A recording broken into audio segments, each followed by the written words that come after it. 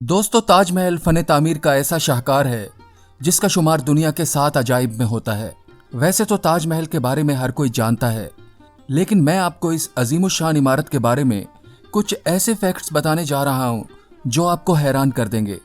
दरअसल ताज महल एक मकबरा है जो मुगल बादशाह शाहजहां ने अपनी प्यारी बेगम मुमताज महल के लिए उसके मरने के बाद तामीर करवाया था।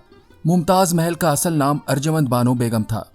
मुमताज बेगम ने मरने से पहले अपने शौहर से फरमाइश की थी कि उसके मरने के बाद उसे शानदार इमारत में दफन किया जाए। शाहजहां ने अपनी बेगम के मर जाने के बाद उसकी ख्वाहिश पूरी करने के लिए ये ताज महल बनवाया था, जो आज तक फन तामीरात में एक अजीमुशान शाहकार की हैसियत रखता है।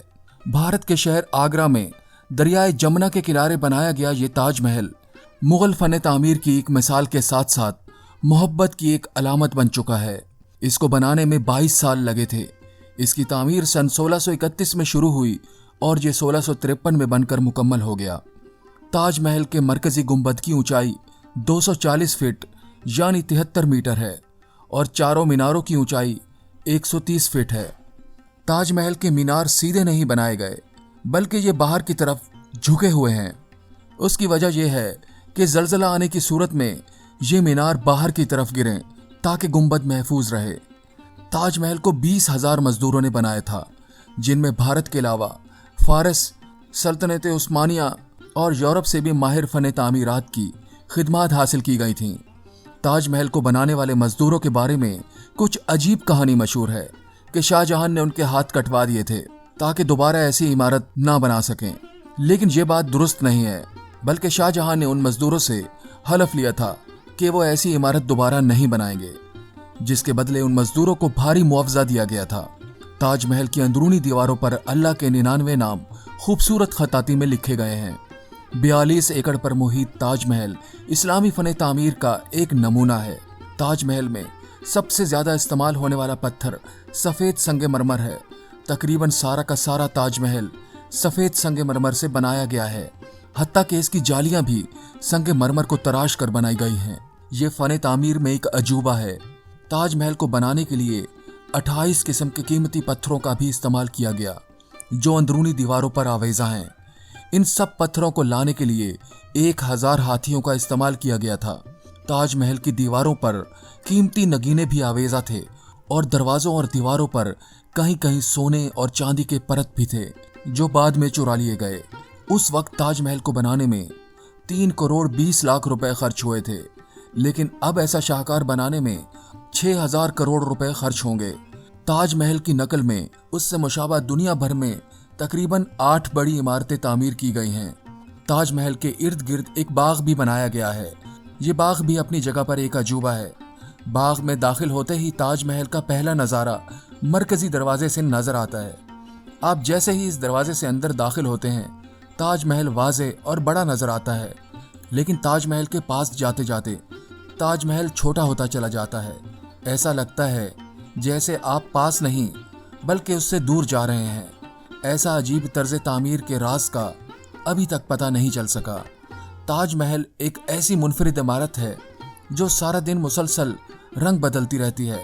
तुलुए आफताब में इसका रंग हल्का गुलाबी होता है, दोपहर के वक्त चमकता सफ़ेद और सूरज गरूब होने के वक्त ये नारंगी और रात के वक्त गहरा नीला दिखाई देता है। आपने कभी ऐसी इमारत नहीं देखी होगी जो रंग बदलती हो। ताज महल दरियाए जमुना के किनारे वाक़ होने की वजह से रेतीली ज़मीन पर बना हुआ है, और सोचने की बात यह है कि उस वक्त रेत के ऊपर इतनी बड़ी और वजनी इमारत को कैसे बनाया गया, और पानी के इस कदर नज़दीक होने के बावजूद ये इमारत आज तक मजबूती से कैसे खड़ी है।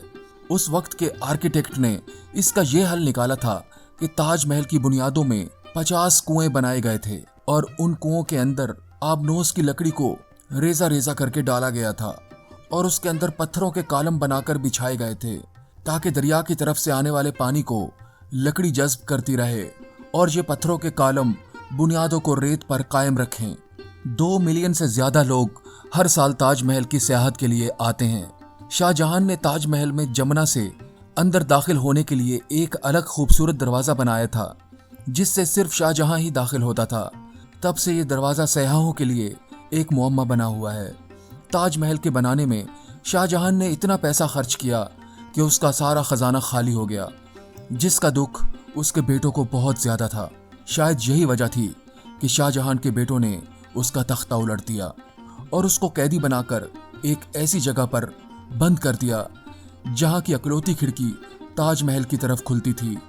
شاہ جہاں ہر وقت تاج محل کو حسرت سے دیکھا کرتا تھا اور 8 سالوں کے بعد وہ اسی قید خانہ میں وفات پا گیا تو شاہ جہاں کے بیٹوں نے اس کو اس کے بنائے ہوئے سفید تاج محل میں دفن کر دیا۔ تاج محل کے اندر ہی شاہ جہاں کا مقبرہ بھی موجود ہے اور یہ سفید تاج محل جب وقت کی دھول سے دھندلا کر زرد پڑ جاتا ہے تو تب دریائے جمنا کا پانی اور ملتانی مٹی کا غسل تاج محل کو اس کی سفیدی لوٹا دیتا ہے اور پھر سے یہ تاج محل شاہ جہاں اور ممتاز کی محبت میں چمکنے لگتا ہے۔